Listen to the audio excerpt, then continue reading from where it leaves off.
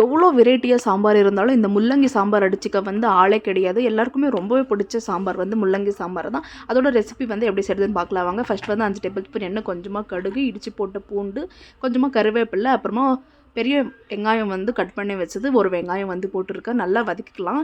எண்ணெயிலே போட்டு நல்லா வதக்கிட்டு அப்புறமா அதிலே வந்து பெருங்காயம் வந்து 1/4 டேபிள் ஸ்பூன் அளவு போட்டு நல்லா மிக்ஸ் பண்ணி விட்டுக்கலாம். அதிலே 1/4 டேபிள் ஸ்பூன் அளவு மஞ்சள் தூள், அப்புறமா வாஷ் பண்ணி க்ளீனாக கட் பண்ணி வச்சுருக்கிற முள்ளங்கி வந்து இதிலே ஆட் பண்ணிக்கலாம். ஆட் பண்ணிவிட்டு அதிலே கார மிளகாய் தூள் வந்து போட்டுட்டு ஒரு 5லேருந்து 6 நிமிஷம் வந்து மூடி வச்சு நல்லா வேக வைக்கலாம். நல்லா வேக வச்சதும் நான் வந்து குக்கரில் வெறும் மஞ்சள் தூள், அப்புறமா பருப்பு, அப்புறமா தக்காளி போட்டு குக்கரில் ஒரு 4 விசில் வந்து விட்டுருக்கேன். அது வந்து முள்ளங்கி நல்லா வெந்த பிறகு ஆட் பண்ணிக்கலாம். ஆட் பண்ணிவிட்டு கரைச்சி வச்ச புளி கரைசல் வந்து ஊற்றிக்கலாம். சின்ன லெமன் சைஸ் அளவு வந்து சுடுதண்ணியில் ஊற வச்சா உடனே ஒரு நிமிஷத்தில் ஊறிடும். அதோட தண்ணி வந்து ஆட் பண்ணியிருக்கேன், புளி தண்ணி.